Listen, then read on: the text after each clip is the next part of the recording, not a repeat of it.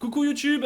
Donc voilà, petite vidéo sur les ruptures amoureuses aujourd'hui. On va s'arrêter uniquement sur les personnes qui quittent leur partenaire.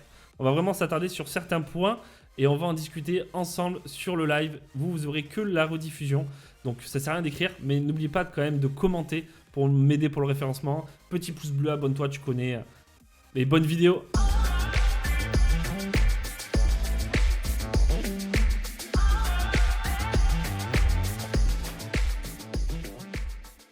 Voilà, introduction. Une rupture amoureuse et du point de vue psychologique est vécue comme le décès d'un proche. Ah, parce qu'on est un peu... Tu vois, le cerveau, il calcule pas bien quand ça arrive, ça. Perte de repères, souffrance psychologique qui devient physique. C'est ce qu'on appelle avoir le cœur brisé, les gars. C'est juste dans votre tête, mais on le ressent là, tu vois. Des questions sans réponse, parce qu'on est trop débile, on se demande pourquoi elle est partie, Mais en fait, on sait jamais. On n'a jamais de vraie réponse, tu vois, parce que bon, bien sûr, on a les réponses, mais dans notre cerveau, non, non, elle nous ment, elle veut nous faire passer un message, elle veut dire autre chose. Non, c'est juste t'es trop con en fait. Genre, t'es tellement le nez dans la merde que tu vois pas ce qu'il y a autour. Donc voilà, t'es dans le déni, tu réalises pas. Et quel que soit le camp, par contre, c'est un long travail, les gars. C'est vrai que ça, c'est quoi qu'il arrive, que vous soyez la personne qui part ou la personne qui est quittée, ça reste un long périple. Alors, un long périple, sachant que les femmes, tu vois, elles sont sournoises, tu vois. Quand elles partent, c'est que dans leur tête, le deuil, il est déjà fait, tu vois. Genre, ça fait déjà un moment qu'elle a commencé à faire son deuil. Douloureuse, mais nécessaire, une séparation n'est facile pour personne. Bah, c'est nécessaire parce que de toute façon, quand quelqu'un veut partir, bah, tout simplement, faut le laisser partir, quoi. Donc, ça sert à rien de... Bon, après, bon, si t'as une paire de menottes, un radiateur, il y a toujours moyen de la garder, tu vois, ou de le garder, mais... bon, c'est pas très conseillé. C'est vraiment pas très conseillé. De point de vue général et d'un point de vue social, t'es un gros fils de pute. Voilà, t'es celui qui va le ou la faire pleurer, t'es celui qui le ou lui a fait du mal, t'es celui qui a profité de lui ou d'elle. Voilà, clairement t'es un sac à merde. Voilà, pendant une petite période socialement, pour une certaine partie des gens qui t'entourent, t'es qu'une seule petite merde. Ah ouais, non, moi là on va parler français ce soir, on va parler français. Alors pour la personne qui part, le plupart du temps, c'est une libération. Donc voilà, là c'est champagne les gars. Quand t'arrives à te barrer, c'est champagne. Franchement, là, t'as envie de faire la meilleure soirée de ta vie. Tu préviens tous tes potes ou toutes tes copines. C'est open bar. Ce soir, tu sors les talons, tu sors la jupe. Tu t'habilles de la meilleure des manières, que tu sois un mec ou une femme. Tu vois, tu te barres le matin, tu vois. Dans la même journée, t'arrives à passer chez l'esthéticienne, t'arrives à passer chez le coiffeur et aller faire du shopping, tu vois. C'est vrai ou pas? Oui. Voilà. Et les mecs, c'est direct, bah, t'appelles les potes, vous vous rejoignez au bar, et c'est parti, quoi. C'est vraiment, tu souffles. Suivant comment tu vas l'annoncer, et suivant si t'es le premier à annoncer que tu es parti, ou l'autre qui annonce que tu l'as quitté, eh ben, c'est pas de la même manière. Après, les trois quarts des gens, ça va être des gros faux culs. Il y en a plein qui vont te dire « Ah ouais, mais je comprends, ça se passait pas bien. Ah, je savais pas ça. » Et derrière, dès qu'il y a l'autre qui va raconter sa version, « Oh, mais quel bâtard! Mais quel bâtard !» Ça va être ça. Et beaucoup de gens vont vous détester, vont vous haïr. C'est là où tu vas te rendre compte de qui c'est que tu vas garder dans ta vie et qui c'est que tu vas pas trop garder dans ta vie, tu vois. Parce que clairement, tu vas en prendre plein la gueule. Tu vas te faire espionner sur les réseaux sociaux. T'auras des gens qui vont venir avec toi en soirée et qui vont juste te faire juste pour venir te faire chier, tu vas récupérer des infos. T'as aussi tous les charros ou les meufs qui attendaient juste que tu te fasses que tu sois célibataire qui vont te sauter dessus. Et après, bah, t'as tous ceux qui vont te regarder de loin en disant mais quel fils de pute, regarde-le, il est en train de s'amuser pendant qu'elle pleure ou pendant qu'il chiale. Quel salope, quel connard. Voilà, ça va être ça. Ça va être les autres, ça les gars. Pendant un long moment, pendant un très long moment, ça va être comme ça. Hein. Vous allez en prendre plein la gueule et bien sûr toujours dans votre dos. Jamais en face. T'es celui qui part, t'es le gros fils de pute. Faut apprendre la nouvelle aux parents, tu vois. Après, faut pas faire comme certains. Tu quittes ta meuf le lundi, t'annonces à toute la terre entière que t'es célibataire. Le mercredi, on te voit avec elle. Quand vous l'annoncez aux autres, soyez sûr de vous, tu vois. Genre, le ou la quitte pas à 10h et te mettre en célibataire sur Facebook à 10h01. Tu vois, genre, ça fait un peu tâche. Prends le temps d'être sûr quand même.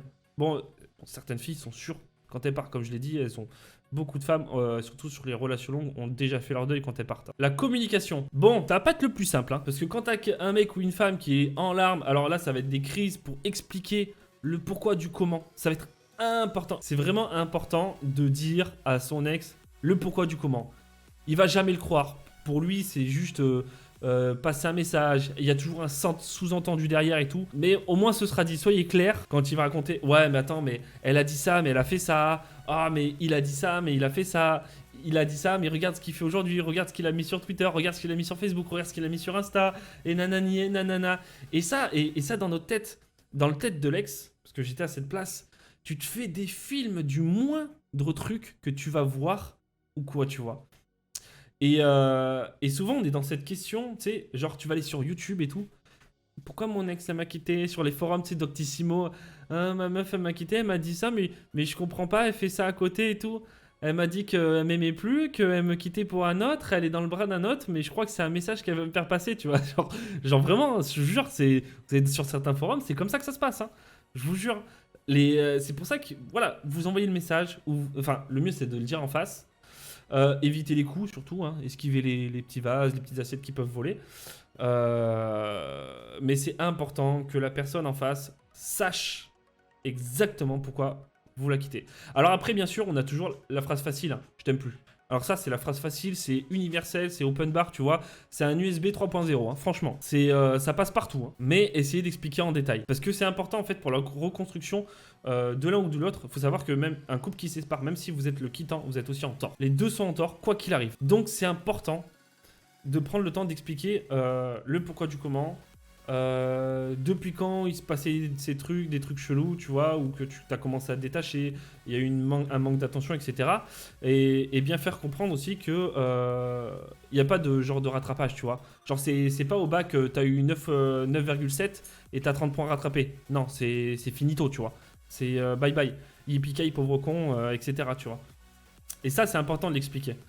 Pour la reconstruction de chacun. La personne qui quitte va toujours avoir un moment de la culpabilité.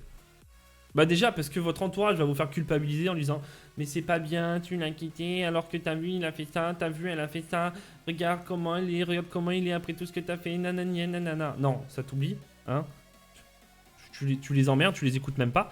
Et surtout en fait, votre cerveau est tellement bien fait, cet enculé, qui va vous faire rappeler en fait que les bons souvenirs. Votre cerveau en fait, il est fait en sorte d'effacer, genre d'obstruer, de cacher tous les mauvais souvenirs. Et donc, à chaque fois que vous allez avoir une rémanence psychologique, tu vois, de cette relation, vous allez toujours voir les bons moments. Où ça va être en fait, et même des fois, ça va être modifié en fait par votre cerveau. Et ça, vous vous rendez pas compte, mais vraiment dans les souvenirs, ça va modifier certaines choses qui vont faire que vous voyez certaines scènes d'une autre manière ou d'une manière la moins mauvaise possible en fait. C'est pour ça qu'en fait, c'est important de faire une feuille, d'écrire le pour et le contre, vraiment. Comme ça, si jamais un jour vous avez un moment de nostalgie, tu vois, vous regardez cette feuille. Et les mecs, comme les femmes, tu vois, quand t'as 23h, que t'es tout seul dans ton lit, que Grey's Anatomy est fini et que tu penses à ton ex, eh ben, un conseil, tu vois, avant d'écrire, tu te masturbes. Après, tu verras, t'auras plus envie d'écrire à ton ex. Et tout le monde s'en tirera bien. Honnêtement, hein, vraiment important. Ce conseil, gardez-le. Hein. Vraiment, c'est... quand ça vous arrive, faites ça. Je vous jure, vous aurez plus envie d'écrire après. Hein. Vous te dites, putain, j'aurais fait une connerie là. Oh, de ouf. Parce qu'après, là, t'envoies un message. Hein. Ah, t'en as pas encore pour 3 semaines derrière à t'occuper d'elle ou de lui. Hein. Présent et futur, ne revenez pas en arrière. Là, c'est pas mon cœur fait la macarena. Un jour ça va, un jour ça va pas. Soit t'es sûr, soit tu fais rien. Non, ouais, faites pas le va-et-vient. Je vous jure, que ce soit pour vous ou comme pour l'autre. Vraiment, faites pas ça. Faites pas ça. Faites vraiment pas ça. Ah oui, le va-et-vient, oui, ah oui, ah oui, ah oui. Non, quand vous êtes ensemble, faire du va-et-vient, c'est très bien. C'est très très bien. Mais là, non. Là, vraiment, évitez au maximum les allers-retours. N'écrivez pas à votre ex. Ne revenez pas vers lui en disant j'ai peut-être fait une connerie. J'aurais besoin. Ou alors, tu sais, genre, ça te dit qu'on se voit, je crois qu'on a besoin de discuter. Tu vois, même si dans ta... Et en plus, le pire dans tout ça, c'est que tu vas aller le ou la revoir. Alors au pire, tu auras peut-être une pulsion sexuelle et tu vas commencer à... Vous allez commencer à vous tripoter, vous allez ken. Ce qui est juste pas du tout la chose à faire. Vraiment. Branlez-vous avant d'y aller, je vous le jure. Branlez-vous. Ou masturbez-vous pour les femmes. Mais allez-y sans aucune envie sexuelle possible. Et tu sais très bien qu'au pire, suivant la conversation, déjà l'autre va être en demande, tu vois. Il va pas être genre là, genre en mode tranquille. Ouais, on est séparés, pépère, chacun dans son coin, quoi que ce soit. Non, la plupart du temps, la personne que vous allez voir en face, en fait, elle va toujours se faire une idée. Parce que si vous êtes venu, vous, d'un côté, de voir que l'autre va être en demande, ça va vous repousser. Et du coup, lui, le fait que vous, lui ou elle, le fait que vous soyez là, en fait, pour lui, c'est un signe. Et genre, il va continuer, ou elle va continuer à espérer absolument. Et après, et par-dessus ça, ouais, mais regarde, imagine, tu fais ça un samedi matin ou un samedi midi, le samedi soir, t'es en boîte ou quoi, et t'as vu ce gros con là, il est venu, il a voulu discuter, il veut me faire espérer, et là, il est en boîte, espèce d'enculé. Mais c'est sûr, c'est comme ça que ça se passe, les amis. Donc, vraiment, vraiment, vraiment, ne faites pas ça. Vraiment, c'est tourner 5 fois votre langue dans votre bouche avant d'ouvrir, avant de l'ouvrir. Hein. C'est vraiment, si un jour vous faites ça, vous auriez mieux fait de vous casser une jambe ce matin-là. Et n'oubliez pas, le petit pouce bleu, abonnez-vous, partagez la vidéo et commentez si ça vous est déjà arrivé d'être dans cette situation. Pour le référencement, ça va vachement m'aider.